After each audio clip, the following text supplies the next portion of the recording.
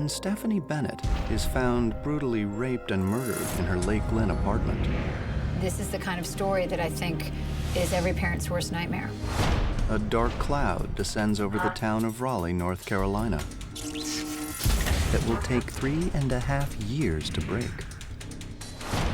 That kind of thing doesn't happen here in our nice little town. And the local police find themselves amid a whirlwind, the likes of which only the biggest cities have seen. This person of interest crap. I'm interested in everybody until they're eliminated as a suspect. How well do you know your neighbors? What lies behind the white picket fences?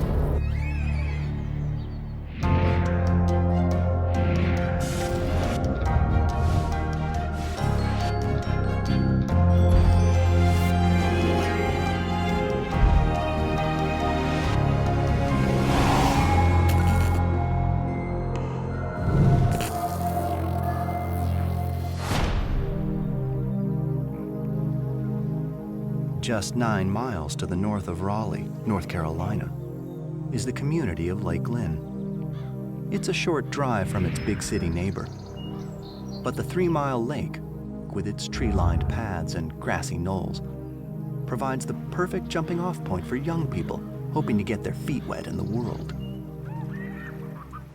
Lake Lynn is an area with a lot of apartment complexes. They're affordable. They are in picturesque areas around the lake. After I graduated college, I wasn't sure where I wanted to live. I knew that I didn't want to live in a big city like a New York or Washington, D.C. I didn't want to live in a small town either, so something in between. 23-year-old Deanna Powell and her stepsister, Stephanie Bennett, are more than family. They're best friends. Stephanie was a very sweet person. She was kind, fun-loving, easygoing, wouldn't hurt anyone, just a all-around nice person. It was Deanna and Stephanie's dream to one day move away from home and share an apartment in a town like Raleigh. All of the southern things that North Carolina is known for, like barbecue or sweet tea. The people's way of living is not fast-paced. People take time to wave and speak and say hello. They just wanted to get out and be on their own. And I thought that was, if that's what she wanted, that would be a good move. It appears to be just that. The girls go about their lives in the real world until the unthinkable happens. The evening of May 20th, 2002 is just another humdrum Monday night on Lake Lynn. It's nice and quiet in the girls' small apartment. Deanna is out of town and Stephanie has the place to herself. That evening, Stephanie came home from work. It was a routine day by all accounts. She talked on the phone that evening with several people, including her boyfriend at the time. Stephanie was only a month away from moving to South Carolina to live with her boyfriend, Walter. Before hanging up, Stephanie promises to fax him an apartment application for their new place, first thing in the morning. And then she's off to bed with a good book.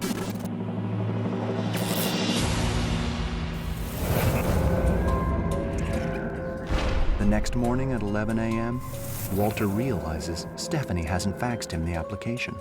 People started trying to reach Stephanie that morning. Her boyfriend called, he emailed. I had tried to call Stephanie 2 or 3 times that day. Can you call me back? But I didn't get her, and I just figured she was in a meeting or busy. And then her work had called and said she had not showed up for work that day.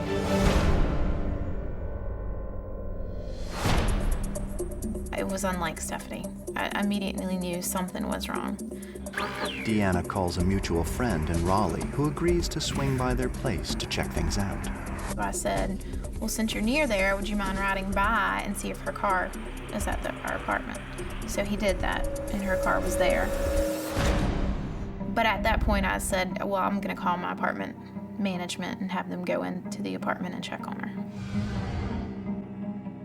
When I called them and asked them, they said that that was no problem. They would give me a call back in about 20 minutes. Miss Bennett!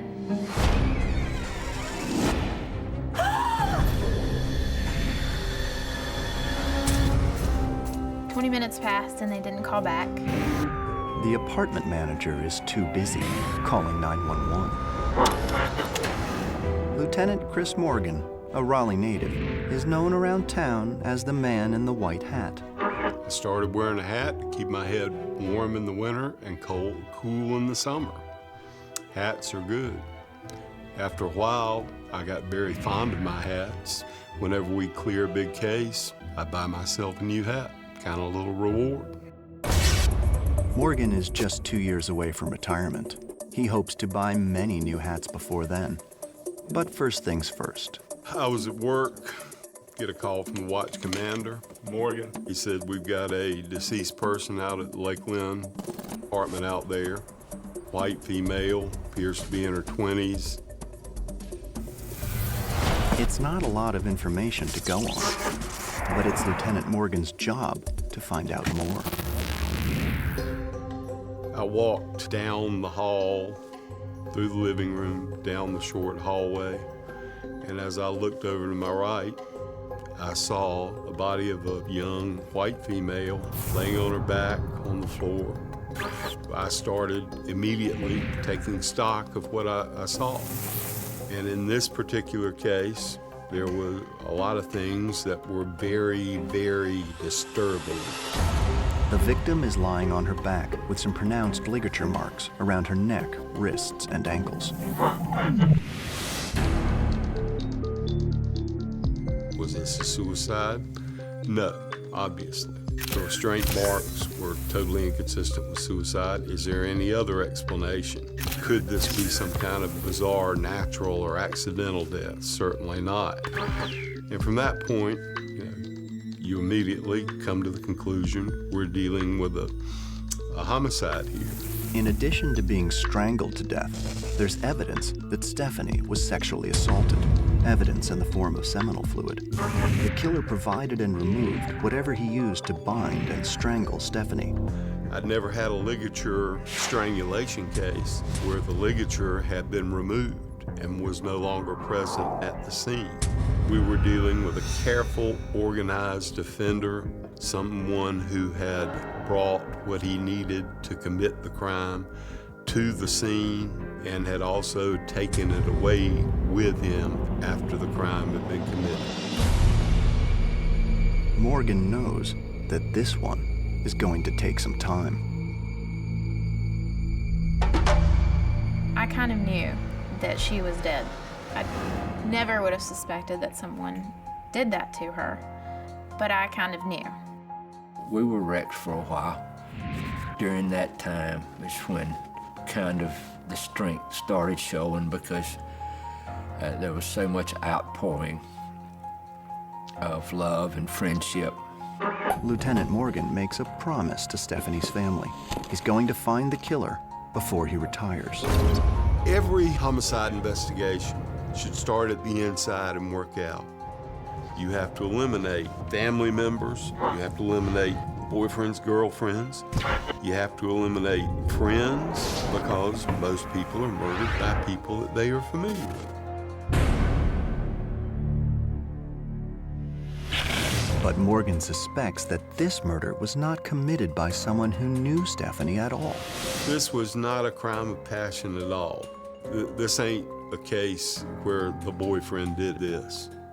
It was just cold, dispassionate. There was absolutely nothing that gave me any sense of emotion having been involved in the commission of this crime. We were dealing with a sexual sadist. But can they catch him before he strikes again? It may be next week, it may be next year, but he's not going to stop. He's going to do it again. And there's no telling who his next victim may be.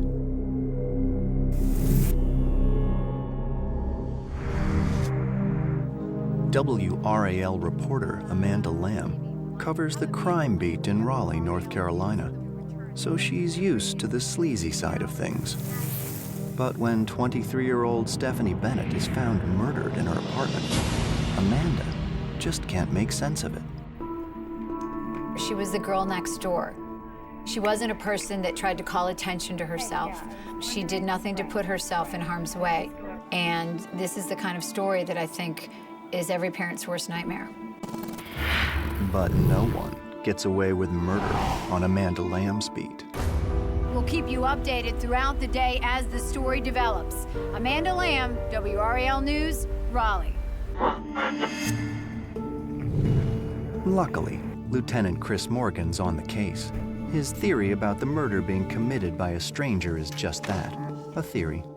But investigations aren't solved on theory alone. Everybody's always a suspect. This person of interest crap. I don't have persons of interest. I'm interested in everybody until they're eliminated as a suspect. The case is short on DNA and long on suspects. Everybody that Stephanie knew was a suspect, in a way, because we had to eliminate. All of Stephanie's family and friends are cleared. Several suspects down, several hundred to go.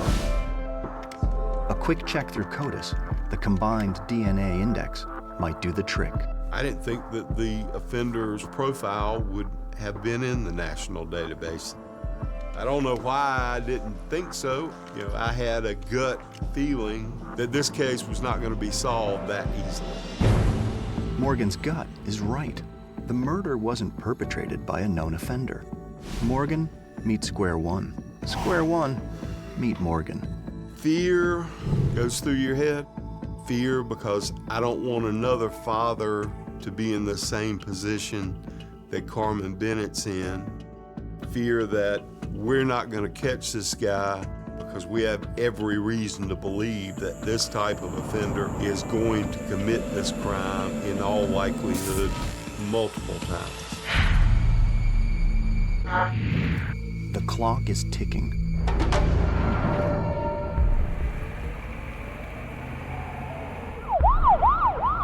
Officers hit the pavement in droves. Then, after 1 week on the case, a break. We had a witness who came forward, said, I've seen a suspicious person there around Stephanie's apartment on a couple of occasions. I can help you create a composite sketch of that individual. We got the sketch very early on in the case. We put it right out there because we wanted the public to be able to respond to it, to call the police with leads. It was a young man, clean cut, did not look like what most of us would think of as a sexual predator or a killer. The sketch generates hundreds of leads, but nothing substantial.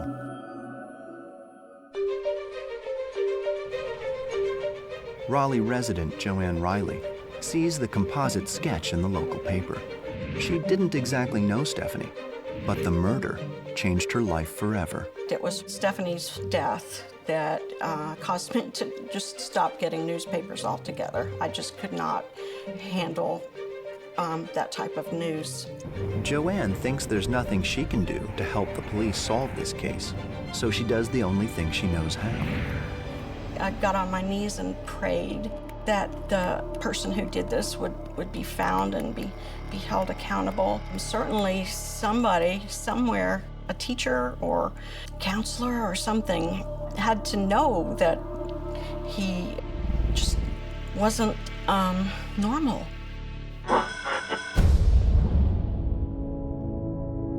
But what is normal? Joanne Riley will soon learn that you can work side by side with a cold-hearted killer and not even know it. For now, though, it's left to the investigators to work the case through good old-fashioned police work. Stephanie's autopsy confirms what everyone already knows. Cause of death is ligature strangulation. But the suspect took the ligature with him. Who does that?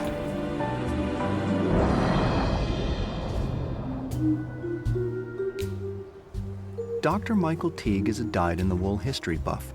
He can trace his North Carolina lineage back to the mid-1700s. But his real passion is his work, forensic psychology. I think the kind of killer that I was looking for in Stephanie's case was somebody who was very mission-oriented, who was very focused, knew how to have a plan. He waited until there was only one lady at the apartment that night. I didn't see him in there just losing control and being very emotional. He knew exactly what he wanted, and he accomplished it. With a profile and composite in place, investigators just have to catch him. It won't be easy.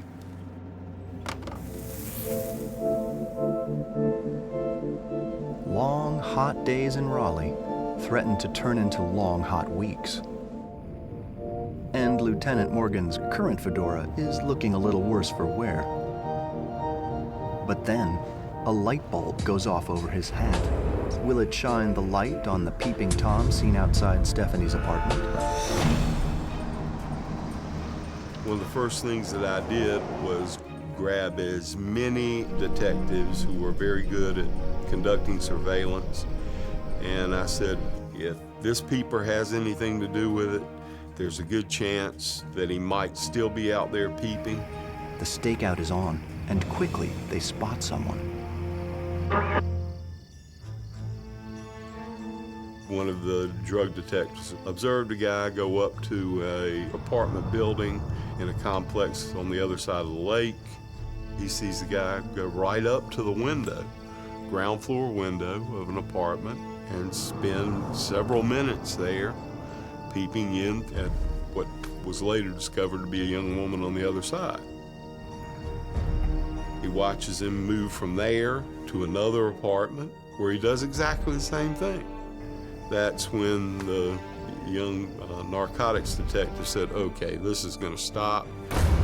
And stop it does. The peeper, a man named Samuel Cartwell, is arrested and whisked off to the PD for processing. And Cartwell is no stranger to crime. He's a freak.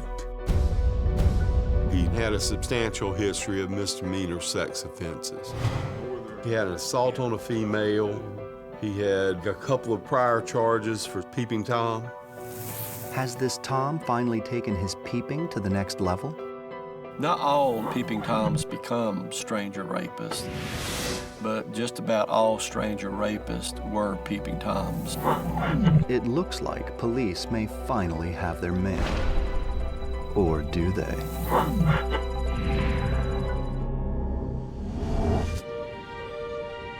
Raleigh, North Carolina, has been on its fair share of top 10 lists. The top 10 best places to live, top 10 best quality of life. So that's what makes the slaying of Stephanie Bennett so darn hard to accept.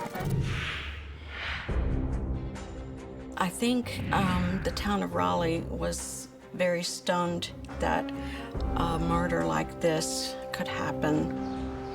That kind of thing doesn't happen here in our nice little town. The police, of course, are doing what they do, running down leads. They were clearly following anybody that might be a peeping Tom, and in this case, they arrested the guy who was doing an obscene act in public as he was peeping, and they realized that this could be the guy.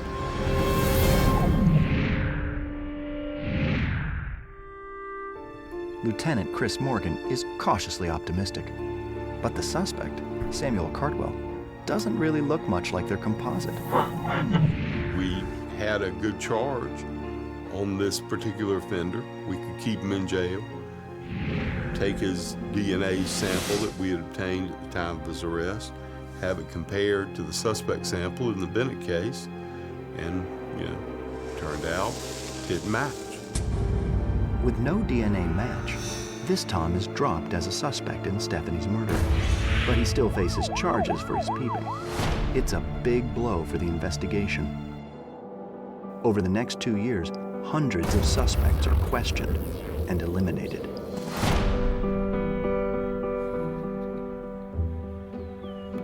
For Stephanie's father, Carmen, it's a nightmare that he just can't wake up from. I had gotten to the point that I didn't think we would ever get an answer to Stephanie's death. And we were getting very frustrated with that. We offered a $100,000 reward, and we set up websites about Stephanie. We did everything we could to cooperate with the police and enhance their investigation, but to no avail. Lieutenant Chris Morgan's retirement looms above him like a dark cloud, and with it, any hope of solving Stephanie's murder. And there is no shortage of crack detectives to pass this one off to. But whom? When it came to Stephanie Bennett, that was one of the more difficult decisions that I ever had to make. You've got a detective over here who's, real sharp, looks good in a suit, knows his numbers. You got a detective over here, very good in interview and interrogation. And then you look over at Ken Copeland. I call him a garbage man. He's a detective who goes through every piece of evidence, every lead, everything that's been discarded. And sooner or later, if it's there, he'll find it.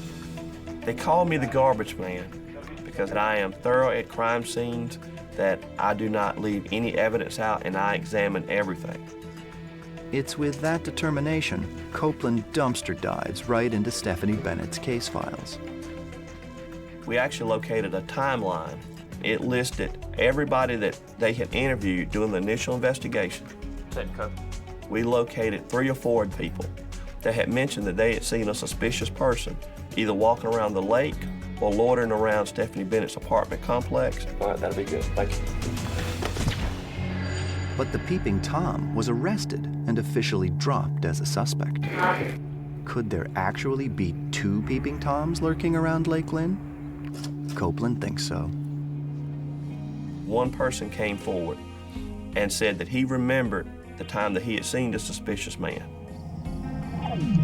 He stated that he had walked out of his apartment late one night, and when he walked past Stephanie Bennett's apartment building, he noticed what he thought was the light on the end of a cigarette. When he took note of that, he saw a person stand up and slide down the apartment building very slowly. Hey, you!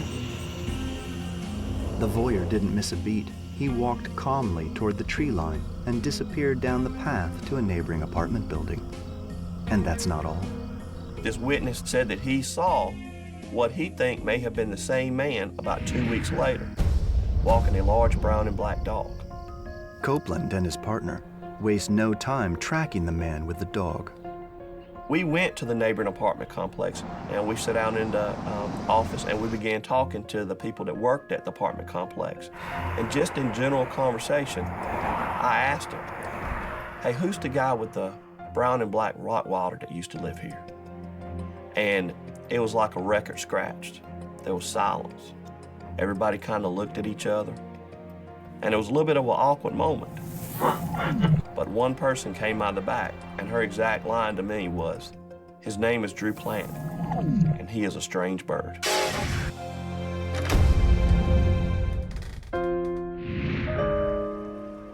Well, wouldn't you know it? Police have been looking for a strange bird. They stated that he was a recluse. He didn't socialize with people much in the apartment complex, and he had a very distinctive walk. Normally, he walked with his hands in his pocket. He usually had his head down. He would not make eye contact. Copeland and his partner go to Planton's work to interview him. It was a kind of a large, open building, and you had to walk in and ask for a person at the receptionist desk. So we walked in and asked, could we speak to Drew Planton? And she stated that she would call him down to see us. My partner and I saw Drew Planton start walking down these steps. And we both said to ourselves, will you look at that? When he walked down the steps, he walked with his head down. He had his hands in his pocket. He did not make eye contact with the person in front of him. A lightning bolt goes off in Copeland's mind. We may not have found the person that killed Stephanie Bennett, but I believe we just found our Peeping Tom.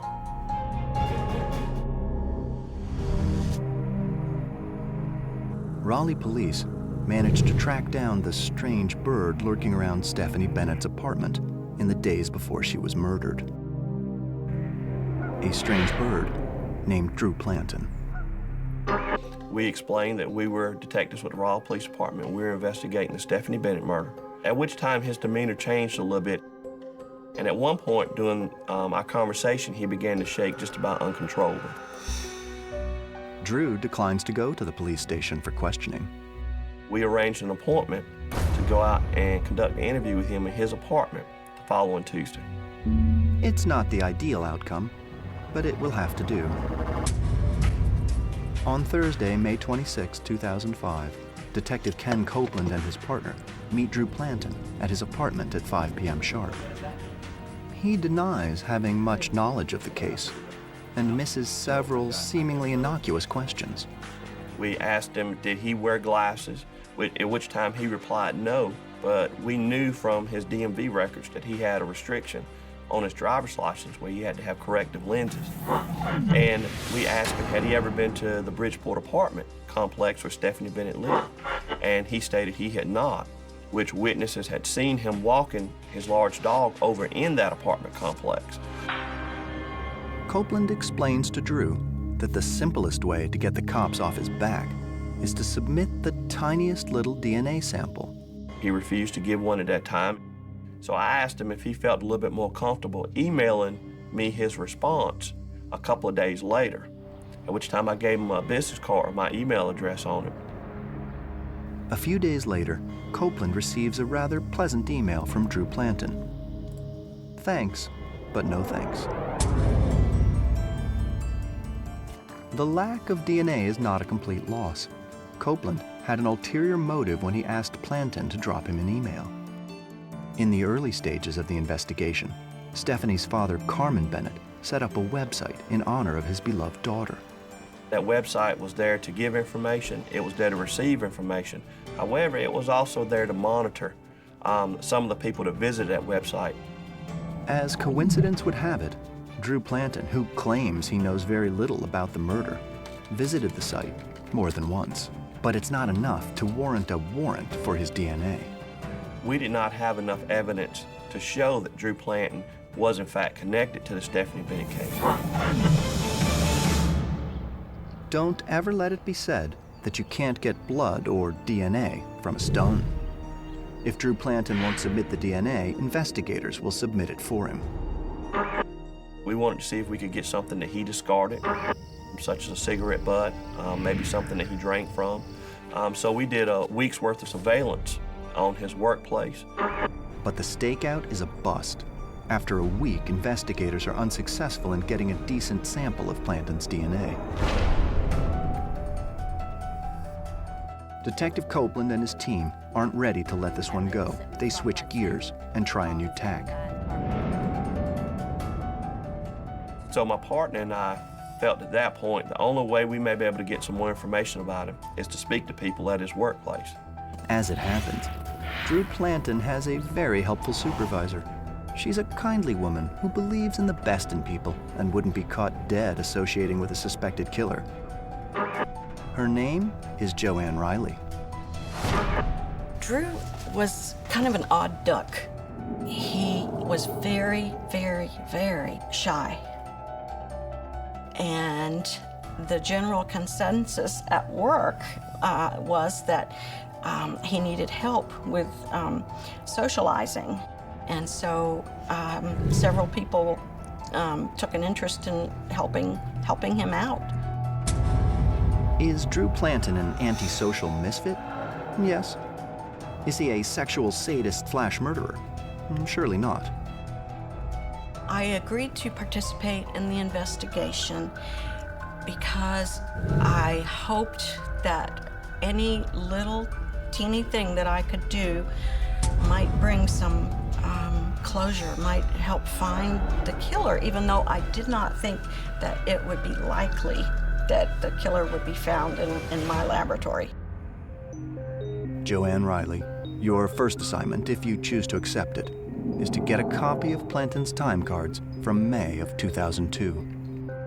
We wanted to know if he had left work early the day before and could have possibly been waiting for her in her apartment when she got home. Joanne completes the mission and hands the timesheet over to Copeland's team. We discovered that he left work 30 minutes early the day before her body was found, and he was late the morning coming to work that her body was discovered. And it was a little unusual because he was a very punctual and on-time employee, so that was out of character for Drew. I realized that, oh my goodness, maybe he did this. That was the first time that I had a really significant question in my head about it. Next, Copeland asks Joanne to monitor Drew's workspace and let him know if he discards anything that could have his DNA on it. A water bottle, utensils, loose hairs. Over the next few weeks, Joanne monitors Planton's workstation every night, and every night, it's the same story. We never found a hair, and we thought, that is so odd, because he has this long hair. Why are we not finding hair? I was getting pretty nervous about things because I was really starting to feel like he was involved. Surely, Planton will drop his guard in a more casual setting. On September 15, 2005, Joanne holds a mandatory employee luncheon at a local restaurant. The detectives had set it up that some undercover detectives would be sitting nearby and would pick up whatever kind of DNA that Drew would leave at the table. Silverware or his glass or napkin, anything that he might touch his lips onto. Piece of cake, right?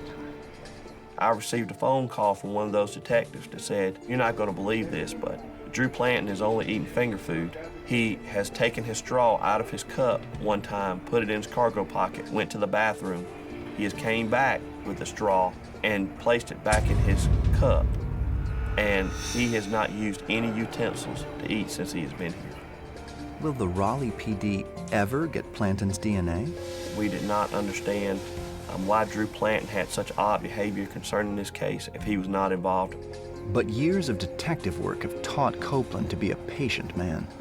It's only a matter of time before Planton slips up.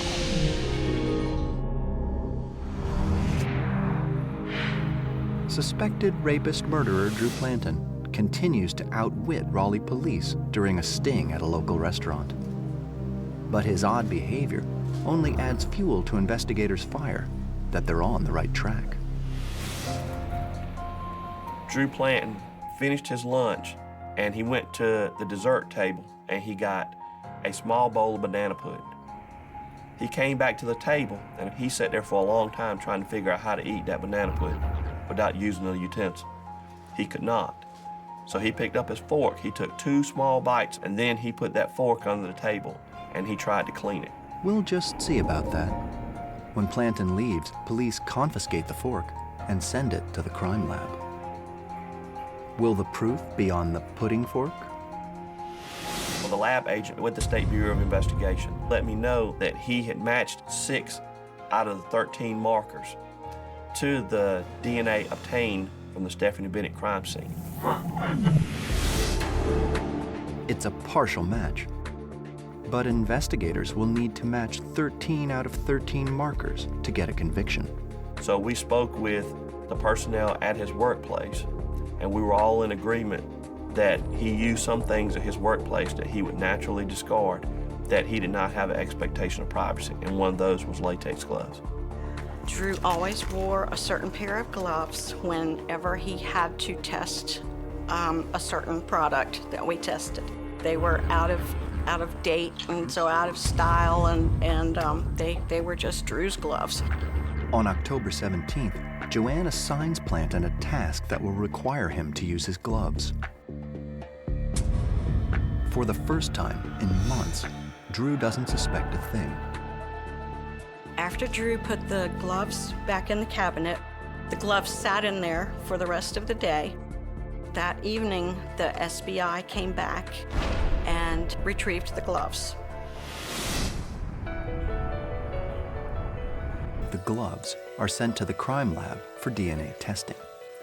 The next few days was nerve-wracking. If the DNA did not match in this case, I would have been blown away. 2 days later, Copeland gets the call. And 3 simple words make everything worthwhile. It's a match. There are few moments in a homicide detective's career that they will ever get a chance to have the feeling that I felt that day. On October 19th, 2005, 3.5 years after Stephanie Bennett is found dead in her Raleigh apartment, Drew Planton is arrested for her murder. I never, ever would, in my wildest dreams, would have thought that Drew was a brutal murderer. I would describe Raleigh as a growing city with a small town southern feel. Most of the murders we have are domestics, or they are murders where people know each other.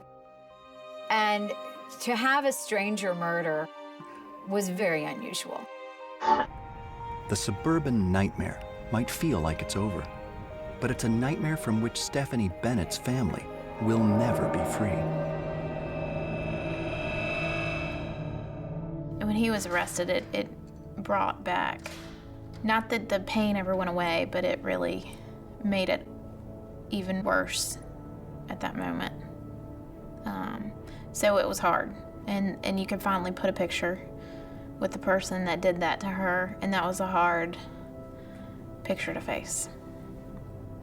One of the concerns that we had the whole time was that it would happen again to another young lady. And we did everything we could to try to stop that. And I was very proud and happy at the time that they made that arrest. But the case is far from being closed. He was catatonic. He never spoke. He would not respond. And no time after he was arrested did he speak or have any involvement with anybody. Forensic psychologist Dr. Michael Teague knows a suicide risk when he sees one. He was sort of sitting in the interview room, just sort of slumped over, not interested in answering the questions, not trying to make excuses. Planton is put on 24-hour suicide watch. Meanwhile, a small arsenal is found in Planton's apartment. We found a large amount of knives, a large amount of weapons, large amount of pistols. I was very surprised. And one final piece of physical evidence linking Planton to Stephanie's murder. There was 3 laundry baskets sitting in the living room, and one of those laundry baskets was missing from Stephanie Bennett's apartment. Stephanie Bennett, it seems, might not have been Planton's only target. We located a lot of information on numerous women that Drew Planton had either had contact with or observed or watched in the past. We had to go back and contact every single one of those people to make sure they were still living. And just when Copeland thinks things can't possibly get any worse, we discovered some mail that had the name Rebecca Hoosman on it. She had an old address located in Michigan, where Drew Planton had resided at one time. We contacted the police department in Michigan and actually discovered from investigators there that she had been the victim of an unsolved murder. Rebecca Hoosman was shot in the face outside her Lansing home in 1999.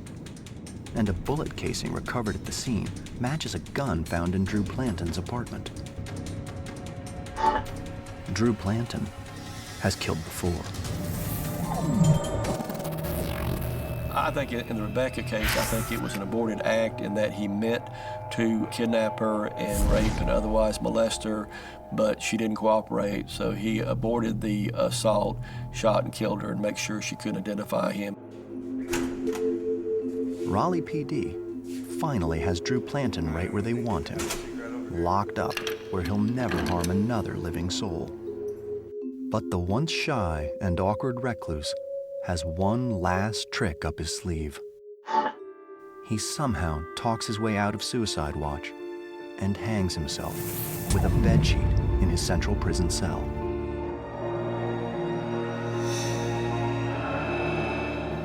I was very mad when Planton committed suicide. He controlled my daughter's life, and he controlled his own destiny. And there were questions that I wanted answers to, never got them. There are a lot of potential victims out there that maybe we know anything about. And we were hoping that the one person that could give us a definitive answer to all of that was Drew Planton. And now we know he'll never be able to.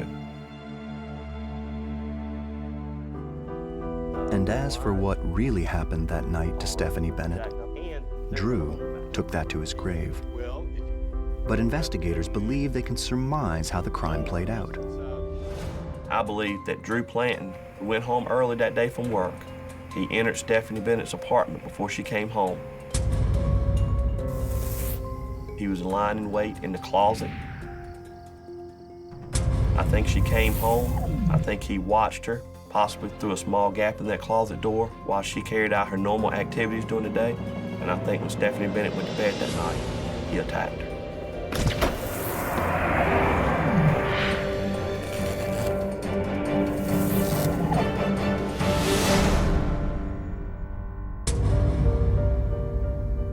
Drew Planton's demise is a bittersweet victory for Lieutenant Chris Morgan, who retired before Planton was captured. Justice is served. The offender's dead. The offender can no longer harm anyone else.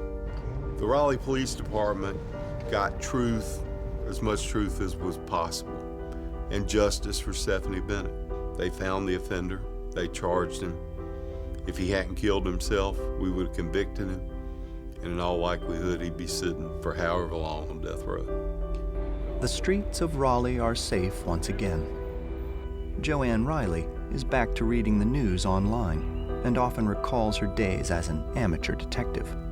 I never imagined that I would be the one to help bring him down. I feel a bond with Stephanie, that I helped her family out. Deanna Powell is fulfilling her new dream of raising a family. Stephanie and I shared a lot together,